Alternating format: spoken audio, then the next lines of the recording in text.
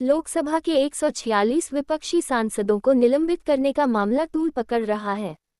India गठबंधन के आह्वान पर आज देशव्यापी धरना प्रदर्शन किया जा रहा है।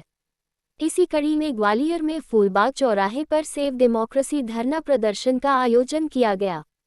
इस अवसर पर इंडिया गठबंधन में शामिल सभी राजनीतिक दलों के नेता व कार्यकर्ता बड़ी संख्या में मौजूद रहे। इस मौके पर कांग्रेस जिलाध्यक्ष डॉक्टर देवेंद्र शर्मा ने लोकसभा में सांसदों पर की गई निलंबन कार्रवाई की कड़े शब्दों में निंदा की।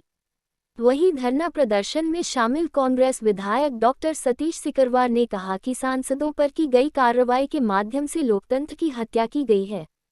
कांग्रेस इस कार्रवाई का विरोध करती है और सांसदों का निलंबन वापस लेने की मांग करती है।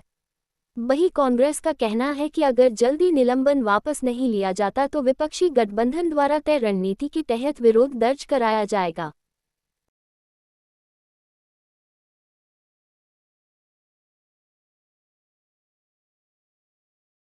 आज इंडिया गठबंधन के नेतृत्व में आज किया जा रहा है।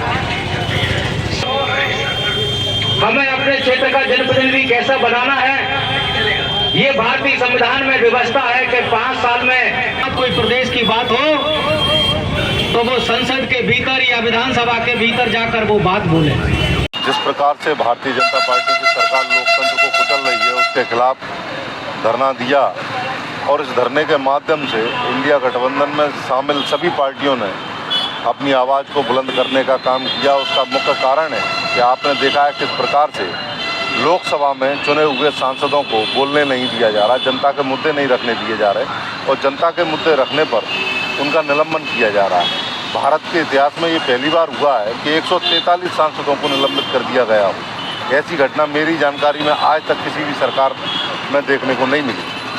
आज जो लोग जनता की आवाज़ उठा रहे हैं उन पर कार्रवाइयाँ की जा रही हैं। दूसरी ओर भाजपा के सांसदों द्वारा अमर्यादित भाषा का उपयोग करने पर भी उन पर कार्रवाइयाँ नहीं की जा रही, उनके भ्रष्टाचार को लेकर उन पर कार्रवाइयाँ नहीं की जा रही। लेकिन विपक्ष का कोई भी नेता जनता के मुद्दे उठाता है तो उसके खिलाफ ईडी, सीबीआई, इनकम टैक्स, तमाम तरह की एजेंसियों को लगा दिया जाता है। संसद में चुने हुए लोग अगर अपनी बात रखते हैं तो उनका निलंबन कर दिया जाता है। ये सरकार अब पूर्णतः तानाशाही पर उतारू है और तानाशाही रवैया इख्तियार कर लिया है, जिसका विरोध आज इंडिया गठबंधन की सभी पार्टियों ने धरने के माध्यम से दिया है। और आगे आने वाले समय में आप देखेंगे कि हम अपनी आवाज़ को और ज़्यादा बुलंद सड़कों पर करेंगे, जनता के बीच में इनकी तानाशाही को उजागर करेंगे। आज फूलबाग मैदान पर ग्वालियर की समस्त पार्टियां जो इंडिया गठबंधन में शामिल हैं वो एकत्रित हुई थी और उन सब ने अपनी आवाज़ को बुलंद किया। आगे सड़कों पर संग्राम करने के लिए हम लोग तैयार हैं और इस आताताई सरकार को, तानाशाही सरकार को उखाड़ फेंकने तक अब इंडिया गठबंधन के लोग रुकने वाले नहीं। आज हमने धरने के माध्यम से लोकतांत्रिक मूल्यों की रक्षा करने के लिए अपनी आवाज़ों को बुलंद करने का काम किया है और इसी प्रकार से आगे सड़कों पर जनता के बीच में जाकर धरने, प्रदर्शन, रैलियों के माध्यम से अपनी आवाज़ को पहुंचाएं।